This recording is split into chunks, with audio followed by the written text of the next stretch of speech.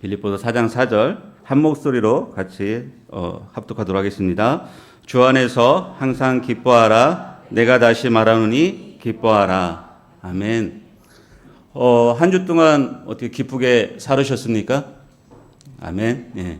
기쁨이 매일매일 가득하고 또 하나님께서 부어주시는 기쁨이 삶 가운데 분명하게 넘쳤으리라 생각을 합니다. 그럼에도 불구하고 그리스도인들이 또 예수를 믿든 믿지 않던 기쁨으로 살아간다는 일이 참으로 쉽지 않은 것 같습니다. 여러 가지 환경과 상황이 우리를 그렇게 호락호락하게 내버려 두지는 않는 것이죠. 기쁨이라는 국어사전적 의미가 어떤 욕구가 충족되었을 때에 느끼는 흐뭇한 감정이나 그 마음을 기쁨이라고 합니다. 그러니까 사람의 욕구가 내 안에 충족되어졌을 때, 내 안에 어떤 조건이 만족되어졌을 때 느끼는 감정이나 마음이 바로 기쁨이라는 거죠. 그래서 요즘 광고나 미디어들 보면은 사람들한테 기쁨을 찾으라고, 어디에서 기쁨을 찾고 어디에서 기쁨을 얻고 어디에 가면 기쁨을 누릴 수 있고 이것을 소유하면 네가 기뻐할 수 있고, 그런 광고들이 굉장히 많이 나옵니다. 그리고 그것들을 자주 보게 되면 어느 순간 우리는 그 광고에 노출돼서 내 마음 가운데 그것을 소유해야만이, 그것을 가야만이, 그것을 먹어야만이, 그것을 입어야만이, 신어야만이, 타야만이 내 욕구가 충족되어져서 내 안에 기쁨이 생성되어질 수 있다고 우리는 생각이 되어지는 것이죠. 그런데 이렇게 기쁨을 추구하다 보면은 끊임없이 그것들을 찾고 구하고 갈망하다 보면은 진정 일하는데 많은 에너지를 쏟게 되고 다른 것에 더 많은 힘을 쏟게 되고, 때로는 그것을 찾기 위해서 불법적인 일을 저지르거나 아니면 잘못된 방향으로 찾아가서 때로는 헤어나지 못하는 영원한 아주 나락으로 떨어지는 경우도 우리가 종종 있습니다. 우리가 하박국서 3장 17절에서 18절 한번 같이 보시면은 같이 한번 읽어볼까요? 비록 무화과나무가 무성치 못하며 포도나무에 열매가 없으며 감람나무에 소출이 없으며 밭에 식물이 없으며 우리의 양이 없으며 외양간에 소가 없을지라도 나는 여호와를 인하여 즐거워하며 나는 구원의 하나님을 인하여 기뻐하리로다. 아멘. 예. 여기 보시면은 못하고 없고 없을지라도. 예. 여러분들 이렇게 없는데 여기 나오는 것처럼 하박국의 메시지처럼 유다가 멸망하기 전에 하박국이 외친 이 기도의 메시지처럼 정말 여호와 하나님을 해서 즐거워하고 기뻐할 수 있으십니까? 아멘. 예.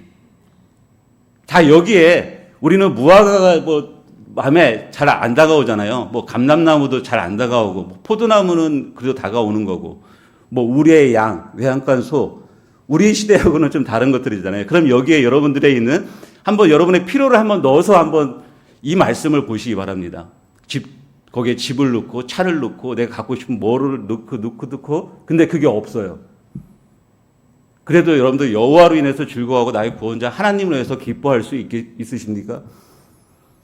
우리는 원래 그런 존재입니다. 사실은. 예. 하나님께서 우리를 세상에 창조하실 때 에덴 동산에 두셨잖아요. 에덴 동산의 의미 자체가 기쁨의 동산입니다. 예. 기쁨의 동산에서 하나님 한 분만으로, 즉 관계적인 교제를 통해서 우리한테 충만한 기쁨을 받고 우리는 그 안에서 기쁨을 누리도록 창조된 하나님의 피조물인 것이죠. 우리가 이것을 좀 더 잘 오늘날 알 수 있는 거라면은, 여러분은 아무것도 없는데 아이하고 부모하고만 있다고 생각하시기 바랍니다. 아이가 이제 속 썩이는 아이 말고 약간 어렸을 때에 아주 귀염둥이 아이가 있을 때, 그 안에 그 아이하고 부모가 있을 때 아이나 부모는 그 어떤 조건이 아무것도 없어도 그 자체로 둘만의 관계에서 기쁨을 누립니다. 아무것도 없음에도 그 기쁨이 채워지고 또 기쁨이 흘러가는 관계가 되는 것이죠. 하나님께서 원하시는 기쁨이 바로 우리 가운데 이런 기쁨인 줄 믿습니다. 그래서 신자의 삶에 있어서 최고의 영광은 하나님을 기뻐하는 삶입니다. 왜냐하면 신자가 하나님 자신을 기뻐할 때 하나님은 그를 통해서 가장 큰 영광을 받으시기 때문에 그렇습니다. 그럼에도 불구하고 우리는 이런 본질적인 기쁨을 추구하기보다는 비본질적인 기쁨들, 하나님의 선물들에 우리는 더 갈망하고 간구하는 경향들이 있다는 것입니다. 우리가 선물을 받게 되면은 선물을 준 사람의 마음과 그 사람 자체에 대해서 감사하고 기쁨을 표현해야 되는데 우리는 그 선물을 준 사람의 마음과 그 사람 자체보다는 어떤 것에 더 관심이 있습니까? 선물 그 자체. 신앙생활을 하면서 우리는 나에게 주어지는, 나에게 베풀어지는, 나에게 역사하시는 그 선물 자체에 더 기뻐하고 그 기쁨이 사라졌을 때는 그것이 어느 순간 사라지게 되면은 우리는 다시 기쁨이 사라지게 된다는 거죠. 기쁨이 지속되지 못한다는 것이죠. 그러나 분명한 것은 아무것도 없을지라도 여호와 한 분만으로 나의 구원자 하나님으로 해서 정말 기뻐할 수 있는 마음이 매일매일 삶 가운데 우리 가운데 넘치는 것이 하나님의 기쁨을 내가 소유하고 누리는 것이고 그것이 하나님께 가장 큰 기쁨의 영광을 드리는 삶인 줄로 믿으시기 바랍니다. 빌립보서는 4장이라는 짧은 서신서에도 불구하고 기쁨이라는 단어가 계속적으로 반복이 됩니다. 16번 정도의 기쁨이 나오는데 이 16번 정도의 기쁨이 나올 때 이 빌립보서를 쓸 당시 또는 바울의 상황을 보게 되면은 또 빌립보 교회의 형편을 보게 되면은 기뻐할 만한 이유들은 사실 별로 찾아보기 어렵습니다. 바울은 감옥에 갇힌 상태이고 빌립보 교회 성도들은 대적하는 자들이 있었고 빌립보 교회 안에 갈등이 있었고 또 여러 가지 분란이 있었고 핍박이 있었습니다. 고난이 있었습니다. 그럼에도 불구하고 바울은 이 모든 상황 가운데 주 안에서 항상 기뻐하라. 내가 다시 말하노니 기뻐하라라고 말씀하고 있는 것이죠. 오늘 이 말씀을 함께 나누면서 우리 심령 가운데도 우리 영혼 가운데도 하나님이 베풀어 주시는 그 기쁨이 넘치기를 간절히 소망합니다. 이 말씀이 우리 삶 가운데 그대로 이루어지기를 갈망하는 마음으로 이 말씀을 함께 들을 때 성령 하나님께서 우리 가운데 그 기쁨을 한량없이 은혜로 부어주실 줄 믿습니다. 아멘. 주 안에서 항상 기뻐하라. 내가 다시 말하노니 기뻐하라. 이 한 문장은 명령어이죠. 데살로니가전서 5장 16절에 항상 기뻐하라. 또 바울이 동일하게 이야기합니다.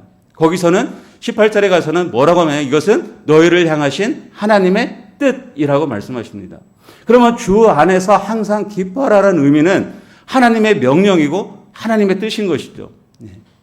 하나님의 명령, 하나님의 뜻. 그러니까 우리가 기뻐하지 않는다는 것은 그럼 반대로 무엇입니까? 하나님의 명령과 하나님의 뜻에 거슬려서 살고 있다는 것이죠. 따라서 우리가 주 안에서 항상 기뻐한다는 삶을 산다는 것은 내가 지금 하나님의 뜻에 따라 살아가는 것이고 하나님의 명령에 순종하는 삶을 살고 있다는 증거이기도 합니다. 그러나 여기에 전제가 묻습니다. 주 안에서. 전제, 주 안에서입니다. 전제라는 건 무엇입니까? 세상을 바라보는 시선이지 않습니까? 그래서 세계관은 세상을 바라보는 전제, 그것을 세계관이라고 이야기합니다. 세상을 어떤 전제로 바라보느냐에 따라서 해석과 판단을 달리합니다. 예를 들어서 주 안에서 항상 기뻐하라에 주 안에서라는 전제가 없다면은 항상 기뻐하라. 내가 다시 말하노니 기뻐하라. 이렇게 하면은 전제가 사라집니다. 그러면은 어디에서 기뻐할 수 있습니까? 만약에 아무 데서나 기뻐할 수 있는 거고 어떤 방법으로든 기뻐할 수 있는 전제가 생겨버립니다. 누구나 그 마음대로 해석할 수 있고 이렇게 기뻐하라고 명령했으니까 나는 이렇게 기뻐하고 이렇게 하는 것이 하나님의 뜻이라고 말했으니까 나는 이렇게 하나님 뜻대로 하는 거다라고 얼마든지 변명할 수 있는 것이죠. 그러나 거기에 전제가 붙는 것이죠. 뭐라고요? 주 안에서. 또 우리가 전제를 붙일 때 항상 우리가 조심해야 될 것은 하나님 중심의 전제를 붙이느냐 사람 중심의 전제를 붙이느냐입니다. 하나님 중심으로 전제를 붙이면 신본주의가 되는 것이고 만약에 인간 중심으로 전제를 붙이면 인본주의가 되는 겁니다. 간단한 예를 하나만 더 들어보면은 무단횡단을 하다가 교통사고가 났습니다. 그러니 만약에 이걸 전제로 붙였을 때 이것은 법의 과실을 볼 때는 법에 위반한 거죠. 무단횡단 한 사람이. 근데 이것을 다른 전제로 보면은 운전자가 잘못한 것으로 볼 수 있다는 겁니다. 두 가지 전제가 어떤 전제로 그 상황을 보면서 해석이 달라지는 것처럼 우리가 하나님을 전제로 성경을 읽을 것인가 인간주의, 인본주의 정신으로 성경을 읽을 것인가에 따라서 완전히 성경의 해석이 달라지는 것이죠. 그러면 주 안에서라는 이 전제 자체는 내가 주 안에서 하나님 중심으로 이것을 앞에 두고 항상 기뻐하라를 생각하게 된다면 하나님은 나에게 늘 기쁨을 주지 않는 분으로 오해할 수 있다는 겁니다.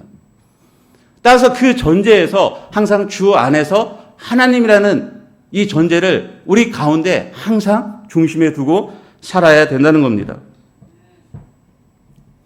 그리고 그러면 항상 기뻐하라, 주 안에 항상 기뻐하라, 내가 다시 말하는 기뻐하라는 말을 했을 때, 바울이니까 제가 늘 말씀드리잖아요. 성경에 나오는 인물은 늘 성경에 나오는 인물이니까 그렇지 않습니다. 바울의 시대의 삶이나 오늘날 우리가 살아가는 시대에 어떻게 보면 오늘날 우리가 살아가는 시대가 더 팍팍하고 더 고난하고 더 고통스러울 수 있습니다. 근데 바울이 말하는 것은 내가 말하니 주 안에서 항상 기뻐하라, 내가 다시 말하니 기뻐하라고 했을 때 바울은 나를 본받는 자가 되라고 그랬고 또한 그렇게 살아가는 사람들을 눈여겨보라고 말합니다. 3장 17절에 보면은 나뿐만 아니라 이렇게 항상 기뻐하면서 살아가는 하나님의 백성들을 너희가 눈여겨봐라. 그들이 주 안에서 어떻게 항상 기뻐하며 살아가고 있는지 눈여겨보라는 겁니다. 그러면 바울뿐만 아니라 그 시대를 살았던 많은 그리스도인들이 주 안에서 항상 기뻐하고 하나님의 명령과 하나님의 뜻대로 분명히 그렇게 살아갔다는 것입니다. 그러면 오늘날 우리도 분명히 그렇게 살아갈 줄을 믿습니다. 매일매일의 삶 속에서 우리에게 주어진 일상의 매 순간마다 그 하나님과 누리는 그 기쁨이 내 안에 차고 넘침을 통해서 우리의 기쁨이 밖으로 드러나는 역사들이 날마다 일어나기를, 매 순간 일어나기를 주님의 이름으로 축원합니다.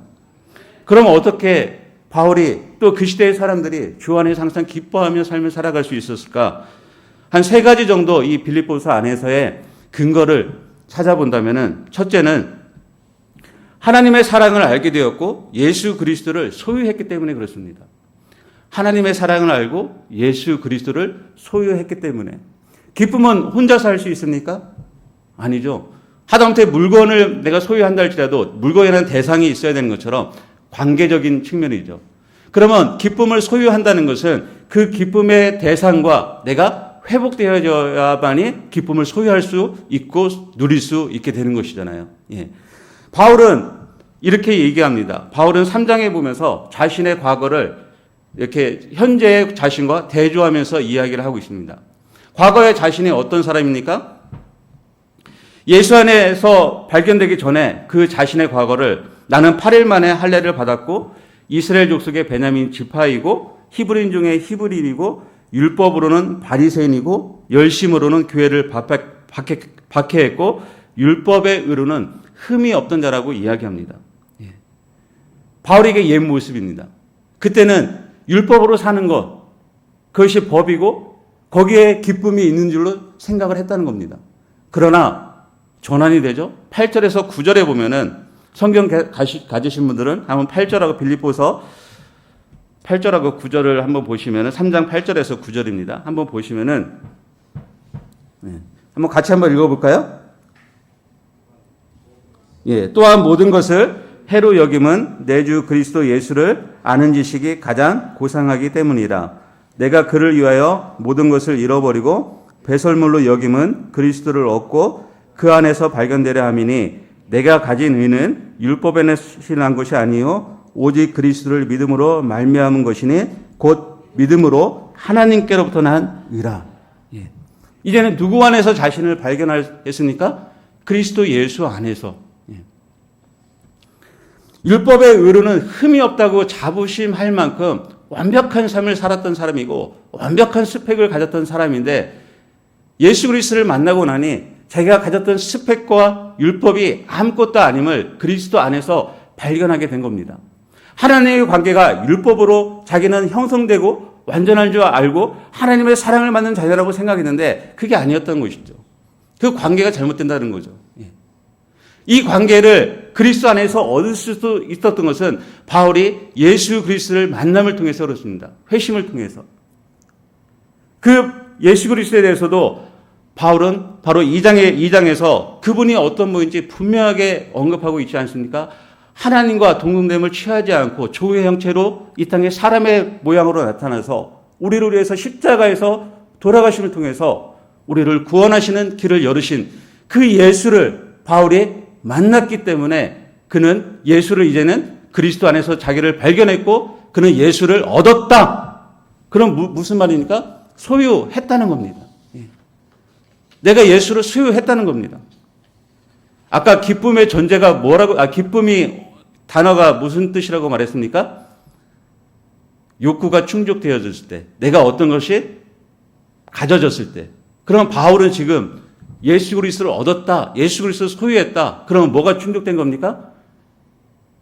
가장 사람의 기본적인 근본적인 욕구가 충족된 겁니다. 그래서 당연히 바울한테는 예수를 얻었기 때문에 그는 기뻐할 수밖에 없는 겁니다. 아멘? 그 예수를 기뻐할 수밖에 없는 거고 얻었기 때문에 또 예수를 얻었다는 것은 하나님의 사랑이 우리 가운데 어떻게 됩니까? 부어지는 거잖아요. 예. 그래서 바울이 내가 이전에 그 모든 것들이 이제는 가만히 보니까 다 배설물밖에 보이지 않는 것.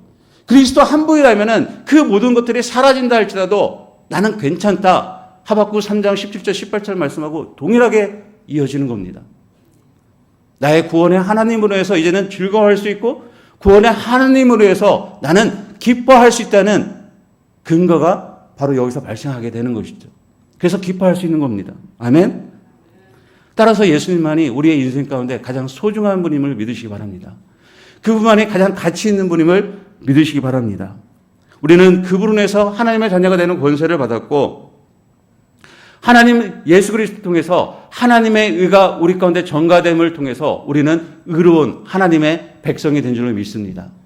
그것이 없다면은 우리는 여전히 세상 사람들이 따라 즐겨 사는 그 기쁨 가운데 있을 것이고 그 잠시 만족했다가 또 사라지는 그 기쁨을 소유하기 위해서 매일같이 우리는 쳇바퀴처럼 삼아 살아갈 수밖에 없는 인생일 것입니다. 그러나 우리는 그 영원한 기쁨을 소유할 수 있는 그 특권을 누린 자인 줄로 믿습니다. 히브리서 12장 2절에서도 예수 그리스도는 그 앞에 있는 기쁨을 위해서 십자가를 참았다고 말씀하십니다. 그리고 요한복음 15장에서는 우리 안에 그 기쁨을 충만하기 위해서 예수님이 그 일을 행하셨다고 말씀하고 있습니다. 궁극적으로 모든 사역 가운데는 우리 가운데 그 하나님과 예수 그리스도가 창세전부터 누렸던 그 기쁨이 우리 가운데 충만하게 부어지는 그 사역을 하기 위해서 이 땅에 종의 형체로 오신 것이고 우리를 위해서 십자가의 길을 걸어가신 거고 부활의 역사를 이루신 줄로 믿습니다. 그러면 믿으십니까? 우리 가운데 그 기쁨이 충만함을? 아멘? 이제 기쁨이 충만하십니까? 항상 기뻐할 수 있으시겠습니까? 아멘. 예. 주 안에서 우리는 항상 기뻐할 수 있는 존재인 겁니다. 헬리나 오웬이 지금 우리와 함께 하시는 하나님이라는 아주 조그만 묵상집에서 이런 글을 썼습니다. 한번 읽어드리겠습니다. 기쁨은 우리에게 하나님의 사랑을 보여주시기에 사랑받고 있고 그 무엇도 사랑을 빼앗을 수 없다는 것을 아는 것이다. 기쁨은 행복과 같은 것이 아니다. 불행할 때도 하나님의 사랑을 알아 여전히 기쁨이 있다. 기쁨은 행복과 같은 것이 아닙니다. 행복하지 않을 때도 하나님의 사랑이 우리 가운데 있다면 그 상태로 기쁜 것입니다. 아멘. 우리의 매일매일 삶 속에서 우리 일상 가운데서도 평탄치 않습니다. 어렵죠. 밖에 나가면은 어느 하나의 경제 지표, 사회 지표, 정치 지표, 문화 지표 그 어떤 걸 봐도 정말 만만치 않습니다. 그런 험악한 나그네 같은 삶을 살아갈 때 이 시대 가운데 가장 부어져야 될 하나님의 은혜가 있다면 그리스도인 가운데 기쁨이 차고 넘치는 겁니다. 그리고 감사가 차고 넘치는 겁니다. 그 은혜로 그 기쁨이 차고 넘쳐서 우리가 그 부르심의 소망이 무엇인지를 세상 가운데 보여주는 것입니다. 보여줄 때 다시 한번 우리 이 한국 땅에 그리스도의 날이 임하게 될 줄 믿습니다. 아멘. 두 번째 근거를 이렇게 찾을 수 있습니다. 바울은 자기 형편이 하나님의 통제 아래 있음을 인정하고 하나님의 일하심을 신뢰하였기 때문에 기뻐할 수 있었습니다. 자기의 형편이 하나님의 통제 아래 있다는 것을 매 순간 인정했고 그 통제하는 그 상황 가운데 하나님의 일하심을 신뢰했기 때문에 예수님을 믿는다는 것은 이제 내 삶을 주님께 의탁한다는 겁니다. 전적으로 맡겨드리는 거죠. 맡긴다는 것은 맡겨드리는 대상을 신뢰할 때만 맡길 수 있습니다. 옆에 계신 분한테 내가 돈 10억을 맡긴다는 것은 아무 조건 없이 10억을 맡긴다는 것은 그 사람을 전적으로 신뢰할 때 우리가 사기를 당하는 이유가 무엇입니까? 사기꾼을 전적으로 신뢰하기 때문에 맡기는 겁니다. 그 사람 안 믿으면 어떻게 돈을 줘요? 근데 사기꾼도 전적으로 신뢰하니까 돈을 그냥 갖다 줍니다. 예. 그런데 하다못해 우리의 구원자 예수 그리스도를 전적으로 신뢰하지 못하는 일이 얼마나 많습니까? 예. 내가 맡긴다는 것은 그분을 100%, 1000%, 10,000% 신뢰한다는 겁니다. 예. 그래서 빌립보서 4장 10절에서 11절에 바울은 이렇게 고백합니다. 같이 보실까요? 내가 궁핍함으로 말하는 것이 아니라 어떠한 형편에든지 나는 자족하기를 배웠노니 나는 비천에 처할 줄도 알고 풍부에 처할 줄도 알아. 모든 일 곧 배부름과 배고픔과 풍부와 궁핍에도 처할 줄 아는 일체의 비결을 배웠노라. 아멘. 모든 것을 주 안에서 배고플 때나 배부를 때나 풍족할 때나 그렇지 않을 때나 나는 예수 그리스도 안에서 일체의 비결을 배웠다. 자족할 수 있는 비결을 배웠다. 그 뒤에 이어지는 13절에서 우리가 잘 아는 말씀. 그래서 내게 능력 주신 자 안에서 내가 모든 것을 할 수 있다. 얼마나 대단한 이 선포이고 고백입니까? 우리도 그런 고백을 매일마다 해야 될 줄로 믿습니다. 우리의 환경이 어떻든 내게 능력 주신 자 안에서 내가 모든 것을 할 수 있는 것은 이 모든 상황을 하나님이 통제하고 계시고 하나님이 이 상황 가운데 일하시고 나는 그분을 신뢰하기 때문에 나는 이 상황에서 자족할 수 있고 나는 내게 능력 주신 자에서 내가 모든 것을 할 수 있다는 믿음으로 선포하시기 바랍니다. 반드시 하나님이 일하실 줄로 믿습니다. 하나님을 우리가 신뢰한다는 것은 나의 통제권을 그 안에 내려놓는 겁니다. 주 안에서라는 존재라는 것은 예수 그리스도가 우리를 통해서 행하시는 일, 그래서 이제는 그 주님이 주인이 되셨기 때문에 그 주님의 통제권 아래 주님이 행하실 일에 내 모든 것을 맡긴다는 것입니다. 그리고 주 안에서 내가 그 상태로 이제는 거한다는 겁니다. 그러면 주님이 그 상황 가운데서 일하실 것을 내가 믿는다는 겁니다. 어느 순간이든 어떤 상황이든 그 주님이 일하기 때문에 나는 내 영혼은 평안하고 내 영혼은 기뻐한다라고 고백하게 될 줄 믿습니다. 그래서 바울이 1장 2절에서 하나님 우리 아버지와 예수 그리스도의 평강이 너에게 임할지어다 선포하고 들어가는 겁니다. 대적하는 자가 있고 고난이 있고 갈등이 있고 여러 가지 분란이 있는 그 빌립보 교회의 성도와 집사들에게 바로 하나님 우리 아버지와 예수 그리스도의 평강이 너에게 임할지어다 라고 바로 말하고 있는 것이죠. 기뻐할 때 임하는 겁니다. 아멘. 바울은 자족하는 것이 자신의 육체의 가시도 있었지 않습니까? 그래서 고린도 후서에 보면은 내가 이 육체의 가시를 위해서 3번이나 주님께 간절히 부르짖었다. 간구했다. 근데 주님께서 내 은혜가 내게 족하다. 됐어. 그만해. 라고 하나님이 단호하게 거절하십니다. 나 그러면서 하는 말씀이 약함이 강함이다라고 말씀하십니다. 아멘. 우리는 거절하면 어떻습니까? 주님 왜 옆 사람은 들어주시는데 왜 내 기도는 안 들어주십니까? 자족이 아니죠. 하나님을 신뢰한다면 옆 사람 기도하고 옆 사람 비교하는 게 아니라 내 안에 행하실 일들을 기대하는 겁니다. 기쁨을 누리지 못하는 것은 우리가 비교하고 우리가 다른 사람하고 서로 이렇게 어떤 것에 대해서 비교하기 때문에 더 그렇습니다. 내가 가진 것이 불만족스럽기 때문에 그렇습니다. 내 안에 자꾸 뭔가 채워져야 되는데 이루어져야 되는데 그게 공급되지 않으니까 매번 우리는 불만족스러운 거죠. 그러나 하나님께서 말씀하십니다. 내 은혜가 내게 족하다. 때로는 너의 약함이 강함이 되고 내가 그것을 통해 너를 쓰겠다라는 겁니다. 그 상황을 통해서 너에게 할 일을 보여주겠다는 겁니다. 우리가 태중에 있기 전부터 모태에 창조하기 전부터 하나님은 우리를 계획하시고 이 땅에 보내셨습니다. 믿으십니까? 그러면 그 하나님의 전적인 주권을 신뢰한다면은 그 모든 상황을 맡겨드려야 되지 않겠습니까? 그 통제를 맡겨드리고 주님의 하실 일을 기대하시기 바랍니다. 그럴 때 우리 안에 비로소 주님이 부어주시는 놀라운 기쁨이 임하게 될 줄로 믿습니다. 아멘. 세 번째, 바울은 자신을 통해 복음이 전파되고 확장되는 일에 쓰임받아서 기뻐했습니다. 자신을 통해서 복음이 전파되고 확장되는 일에 쓰임받고 있는 존재라는 것에 대해서 기뻐했다는 겁니다. 빌립보서 1장 18절 보겠습니다. 그러면 무엇이냐? 거칠애로 하나 참으로 하나 무슨 방도로 하든지 전파되는 것은 그리스도니 이로써 나는 기뻐하고 또한 기뻐하리로다. 예.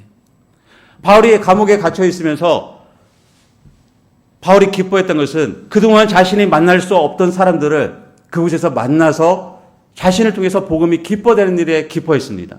시위대 안에서 시위대 사람들의 복음을 전할 수 있어서 기뻐했고 그 주변에 있는 사람들한테 복음을 전할 수 있어서 기뻐했고 또한 바울이 감옥에 잡힌 것으로 해서 사람들이 바울을 시기함으로 바울을 전도하는 사람도 있었고 또 바울이 한 일에 대해서 확신을 가지고 전도한 사람들도 있었습니다. 투기와 분쟁으로 한 사람들도 있었습니다. 바울은 그것이 어떤 일로 하든지 그들이 거칠애로나 어떻게든지 전파되는 것은 그리스도이니 나는 이로 해서 기뻐하고 기뻐한다라고 바로 고백하고 있는 겁니다. 아멘. 이런 고백이 우리 가운데도 있어야 될 줄 믿습니다.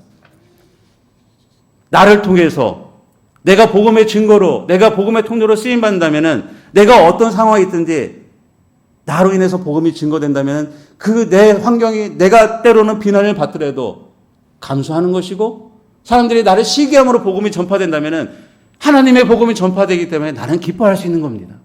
아멘. 그 복음 자체가 나를 통해서 흘러가는 것 자체가 기쁨이 되는 것이죠. 저희 서점 옆에 교회가 하나 있습니다. 대전제일교회라고 통합적 교회입니다. 거기에는 한 집사님이 계십니다. 연세가 아주 지긋하신 집사님이에요. 그 집사님은 항상 자전거를 끌고 다니시고 저는 일주일에 6일을 근무하니까 6일 동안 매일 그 집사님하고 마주칩니다.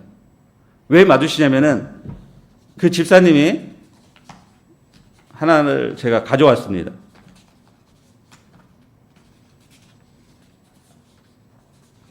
예. 이렇게 된 A4 용지를 앞, 뒤로 새벽 기도를 녹취를 하십니다. 녹취를 해서 다 타이핑을 치십니다. 그러니까 지금 우리가 그 매일 성경 11개 하를 지금 묵상하고 있는데 11개 하를 본문 쓰고 그다음에 그날 그 사역자가 설교한 내용을 여기다 전부 다 기록을 합니다. 그리고 기도도 넣고 찬송도 넣고 그리고 본인의 전화번호, 주소를 이제 교회를 씁니다.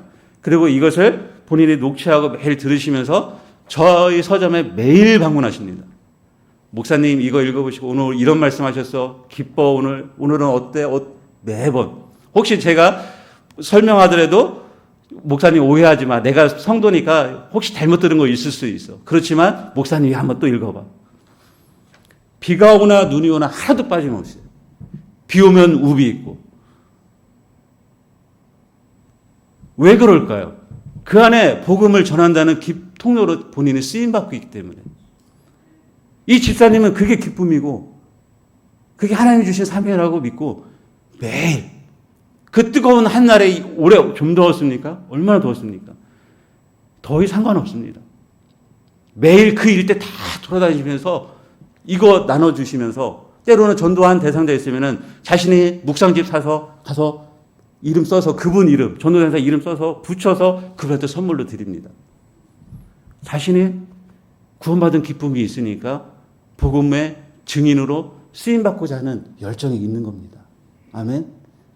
바울도 그 시대의 사람들도 바로 이러한 열정이 있었기 때문에 그들의 상황이 복음을 증거하는데 핑계거리가 되지 않는 겁니다. 오늘날 우리는 많은 핑계거리를 찾습니다. 날이 더우면 덥고 추우면 춥고 언제 합니까? 덥가지고 비 오고 눈 오고 360을 해서 다 빼면은 나의 마음에 합당한 날이 평생 가도 이 손가락 안에 들어갈 겁니다. 예. 없습니다. 예.